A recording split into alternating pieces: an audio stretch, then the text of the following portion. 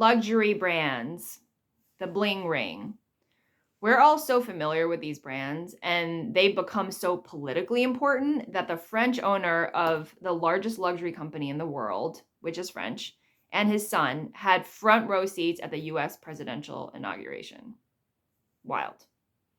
Could be because they bought Tiffany's for 20-something billion a couple of years ago. Regardless, it just goes to show you how incredibly visible and significant luxury companies have become in our culture.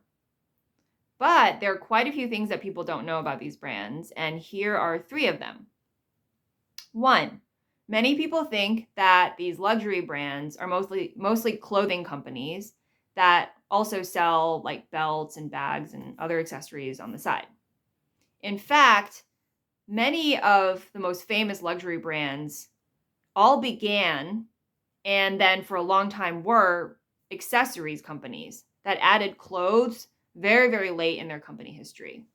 In France, for instance, Louis Vuitton, they made trunks, like big transatlantic trunks to carry luxury clothing for the wealthy, for the aristocracy, and added clothes way later in the 20th century. Hermes, they sold saddlery. They sold like horse gear, also added clothes very late in the 20th century. In Italy, Prada, Gucci, Bottega Veneta, they were all leather goods. Like they sold belts and trunks and bags, shoes, not clothing until much later, many decades later. Kind of like LL Bean in the US, it began as a shoe company. Now it does have clothing, but we still associate that company with like the iconic duck boot.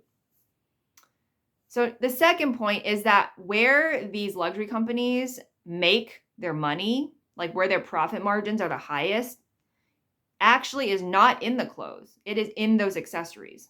And the reason is because it's easier to skimp on the quality of accessories and just trade on the brand prestige when we're talking about like belts and bags and perfumes, because consumers, they just want to see that logo. They don't care as much about the quality of the bag or the perfume. They just want to see that logo, that double C, that LV check pattern on what they buy. In fact, the highest profit margin good for luxury companies is perfume. They can really produce it at a very low price because it's not great quality. It's like very similar to just other mass-produced perfumes. But their branding is so strong that consumers are happy to pay hundreds and hundreds of percentages over what it actually costs for the producer. Chanel No. 5, for instance. Chanel No. 5 sells every 30 seconds in this world and has made so much money for the company that it made Coco Chanel, the founder, literally that perfume alone made her the world's first self-made female billionaire. The perfume actually just celebrated its 100th birthday 4 years ago and still going so strong. So third interesting fact, all the imagery that you see around luxury brands, most of it at least, the ad campaigns, the models are all Caucasian. But for over 10 years now, the number of people who buy these luxury goods, who buy most of these luxury goods, are in the Middle East, are in Russia, are in China. They actually buy the lion's share of luxury goods, and the US and Europe are always ranked the lowest.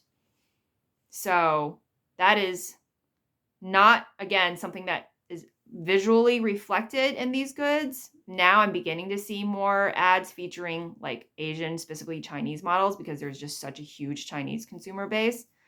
But we'll see how that proceeds.